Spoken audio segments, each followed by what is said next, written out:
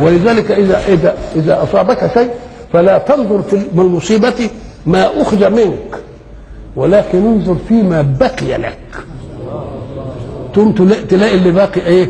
اللي باقي اكثر، ويمكن مصيبتك اهون من مصيبه ايه؟ غيرك. الحكيم الصنع عمل ايه؟ لما كل واحد راح يشتكي له المتاعب بتاعته، قال لهم كل واحد يكتب متاعبه ورقه ورموها في الصندوق اللي هناك ده، وبعد اسبوع تعالى خد الورقه اللي تعجبك. فبعد اسبوع جم كلهم عشان ياخدوا الورقه بتاعتهم، كل اول واحد مسك ورقه قال له ما تاخد ورقه، قال له انا عايز ورقتي. كانه شاب بلاوي تاني. ولذلك الفلاحين ترجموه وقال لك اللي يشوف بلوه ايه غيره تهون عليه، بنقول لا يا رب كويسه كده. نعم.